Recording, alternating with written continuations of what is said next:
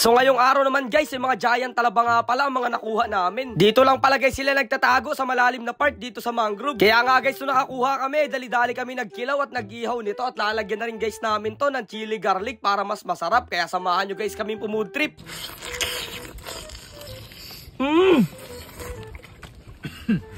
Hop!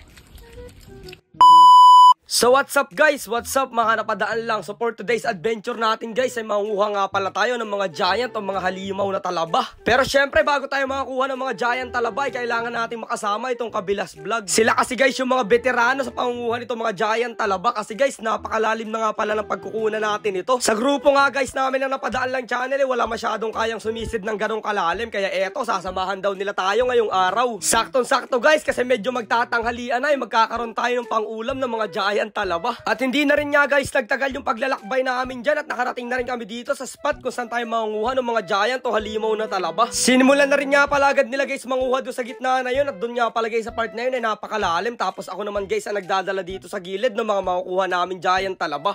At eto guys oh ang laki. Nakuha oh yan oh. Yan. Ito yung pangalawa guys oh. Tingnan mo naman. Sa dangkal natin oh. Oh.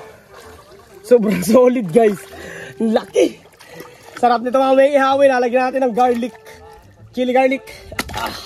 Dahil nga guys, sobrang lalaki ng mga talaba namin ay nahihirapan kaming dalhin ito papunta dun sa tabi. Kaya naisipan namin na dalhin na lang muna yung bangka dito sa gitna ng tubig. Ito yung mga kasamahan natin oh. Pautlaw na oh.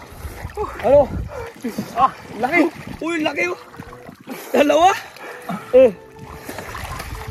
Dalawa guys oh. Ang lalaki oh. Wait lang. Dito nga pala guys, nagtatago itong mga giant talaba sa ilalim dahil nga pala guys, dati nga pala meron daw ditong malaking prinsa ng palaisdaan na nalubog dito sa gitna. Tapos guys, yung mga talaba na nakadikit doon ay nandun na sa ilalim kaya lumaki sila ng ganito kalalaki. Syempre guys, hindi masyado sila nakikita ng mga tao kaya eto, nakapagpalaki sila ng ganito kalalaking sukat. Kasi kitang-kita nyo naman guys, grabe, sobrang solid at napakalalaki talaga nitong mga talaba na to. Mas malaki pa nga guys siya sa palad ko. Etong ganitong talaba guys, yung masarap talagang food tripin, talaga namang sobrang nakakatakam ito. Sa panguha nga pala guys namin itong mga giant talaba ay may baon nga pala guys kaming bareta, yung pang dungkal guys ng mga semento. Kasi guys pag nasa ilalim ka, dikit-dikit yung mga yan, hindi mo kayang kunin ng kamay lang. So yun guys, ito na nga pala yung mga nakuha namin talabang ngayong araw dito sa paninisid namin dito. Grabe, napakalalaki niyan guys at sobrang lalim nito kaya siguro lumaki sila guys ng ganito kalalaki oh. Tingnan nyo naman guys. Grabe, ang laking talaba nito. Napaka-solid guys na mga talabay na kuha natin ngayong araw. Ang dami niyan guys, oh. Ihawin lang natin yan. At syempre, pupudripin din natin, oh. Kaya sa mga gusto dyan guys, comment down lang kung gusto nyo ng talaba, oh. Grabe kung may talaba din ganito kalaki sa inyo. Let's go! Tapos nung nakarami na nga guys kami, syempre, eto na yung mga nakuha namin at tumabilang kami dito sa may malaking puno ng bungalon. Dito nga pala guys tayo mag-iihaw nitong mga malalaking talaba na nakuha natin. Medyo nahirapan nga lang guys kami sa pagbubukas nito kasi medyo maliit lang yung kutsilyo na nadadala namin. Kitang-kita nyo naman guys kasi sobrang lalaki nitong mga talaba. Napakatitibay kasi guys ng mga shell niyang mga yan. Pero syempre hindi pa rin natin papayagan na hindi natin sila mabubuksan. At eto nga guys, nabuksan na namin lahat sila. At sa sobrang laki nga guys itong talaba, kitang-kita nyo naman yung laman. Isa pa lang guys ay ulam na.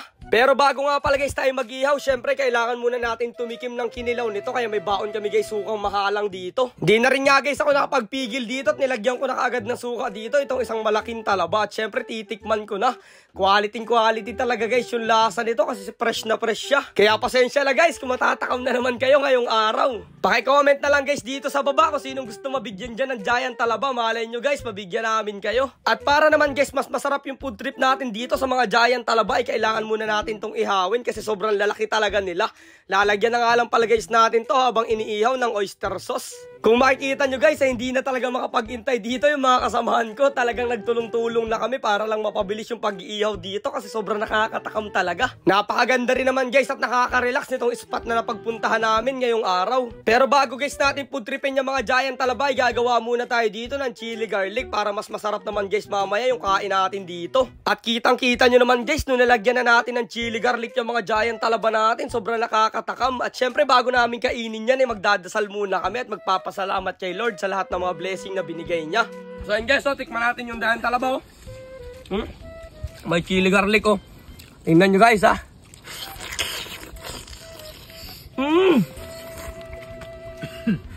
Hop. Tapos Quality. Ayos. Ito yung sinasabing food trip. Kain tayo. At habang pumufood trip kami dyan guys, pa-comment naman dito sa baba kung mga taga saan kayo para sa susunod na adventure may shoutout ko ulit kayo. Kaya hanggang dito na lang muna tong adventure natin. Kita-kits na lang ulit tayo bukas.